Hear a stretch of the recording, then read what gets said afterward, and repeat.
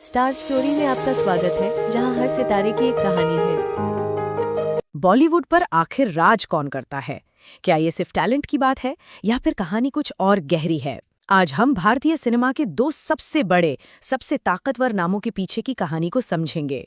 कपूर और खान, उनकी विरासत, उनकी ताकत और उनके बीच के वो अनजाने रिश्ते जो शायद ही किसी को पता हों। तो इससे पहले कि हम इस दिलचस्प कहानी में गोता लगाएं, ये समझना जरूरी है कि एक फिल्मी राजवंश का असली मतलब क्या होता है। देखिए, ये सिर्फ एक मशहूर सरनेम होना नहीं है, बात उससे कहीं ज्यादा गहरी है। तो आज का हमारा सफर कुछ ऐसा रहेगा। हम कपूर परिवार की कहानी से शुरू करेंगे, फिर खानों के दबदबे को देखेंगे, उनकी विरासतों को आमने सामने रखकर समझेंगे और फिर एक ऐसे हैरान करने वाले कनेक्शन को उजागर करेंगे जो इन दोनों दुनियाओं को जोड़ता है।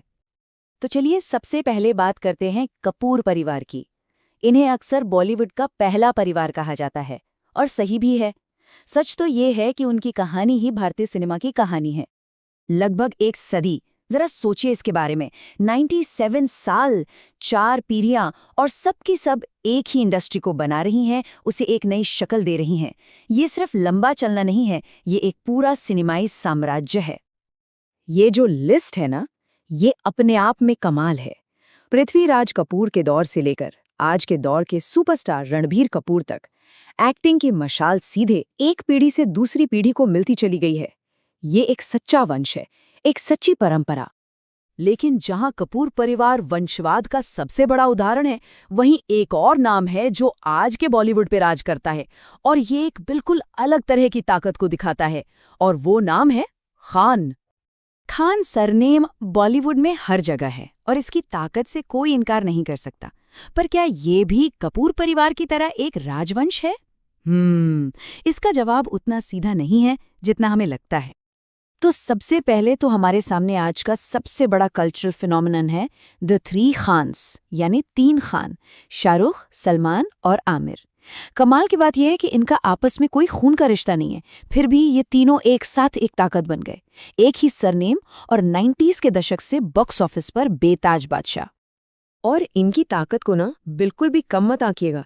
जब इनमें से किसी खान की फिल्म रिलीज होती है तो वो कोई आम रिलीज नहीं होती, वो एक इवेंट होता है। जैसे हॉलीवुड में कोई मार्वल की फिल्म रिलीज हो रही हो। ये सिर्फ सितारे नहीं हैं, ये अपने आप में एक ब्रांड है। लेकिन रुकिए, कहानी सिर्फ इतनी ही नहीं है। इस सुपरस्टार तिकड़ी के अलावा एक असली खान राजवंश भी है, और उसकी जड़ें एक्टिंग में नहीं बल्कि कहानी कहने की कला में है। मिलिए सलीम खान से, इस खानदान के मुखिया। वो एक्टर नहीं बल्कि एक जीनियस स्क्रीन राइटर थे। शोले, दीवार, इन फिल्मों के पीछे की जो जबरदस्त रचनात्मक शक्ति थी, वो सलीम जावेद की जोड़ी थी। उन्होंने वो कहानियां लिखी जिन्होंने बॉलीवुड की दिशा बदल दी, और फिर उनके बच्चों ने पर्दे पर आकर राज किया। तो हमारे सामने ये है, एक तरफ एक्टिंग का राजवंश और दूसरी तरफ एक क्रिएटिव साम्राज्य। ये बॉलीवुड के शिखर तक पहुंचने के दो अलग अलग रास्ते हैं। चलिए अब इनकी सीधी तुलना करते हैं। ये बिल्कुल साफ साफ दिखाता है कि बॉलीवुड में ताकत के 2 मॉडल कैसे काम करते हैं। एक तरफ कपूर है, विरासत में मिली स्टारडम जो सीधे खून के रिश्ते से पीढ़ी दर पीढ़ी चली आ रही है, और दूसरी तरफ है खान, जो कल्चरल डोमिनेंस और कहानी कहने की जबरदस्त कला का एक शक्तिशाली मिक्सचर है। ये 2 बिल्कुल अलग दुनियाएं लगती हैं, है ना? एक तरफ वंश, दूसरी तरफ आज का स्टारडम। लेकिन क्या हो अगर मैं कहूं कि इन दोनों की जड़ें एक ही अनसोची जगह से जुड़ी हैं? इनकी साझा कहानी का राज मुंबई के चकाचौंध में नहीं है। नहीं, इसके लिए हमें वक्त में पीछे जाना होगा, भारत के बंटवारे से भी पहले के एक शहर में, एक ऐसी जगह जिसने अनजाने में इन दोनों राजवंशों की नींव रखी थी। ये सब जुड़ा है एक आइडिया से, जिसे एक्सपर्ट्स लाहौर इफेक्ट कहते हैं। अब सीधे शब्दों में इसका मतलब ये है कि बॉम्बे सिनेमा का जो डीएनए है ना, वो असल में लाहौर के लेखकों, कवियों और एक्टरों ने तैयार किया था। जैसा कि स्कॉलर आशीष राजाध्यक्ष कहते हैं, बॉम्बे सिनेमा हमेशा से एक प्रवासी सिनेमा रहा है। मतलब इसे उन लोगों ने बनाया जो कहीं और से आए थे, और अपने साथ अपनी कहानियां, अपनी भाषा और कला को देखने का अपना नजरिया लेकर आए थे। और ये देखिए, यहीं पर सारी कड़ियां आकर जुड़ जाती हैं। पृथ्वीराज कपूर और यहाँ तक कि दिलीप कुमार भी, जिन्हें कई लोग इंडस्ट्री का पहला खान मानते हैं, ये सभी बंटवारे से पहले भारत के एक ही इलाके से आए थे।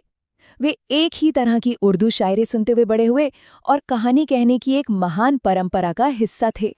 मतलब साफ है, इससे पहले कि वो बॉलीवुड के कपूर और खान बनते, वे सभी एक ही सांस्कृतिक और भाषाई मिट्टी में पले बढ़े थे। उनकी कला की जड़ें एक ही जगह पर हैं।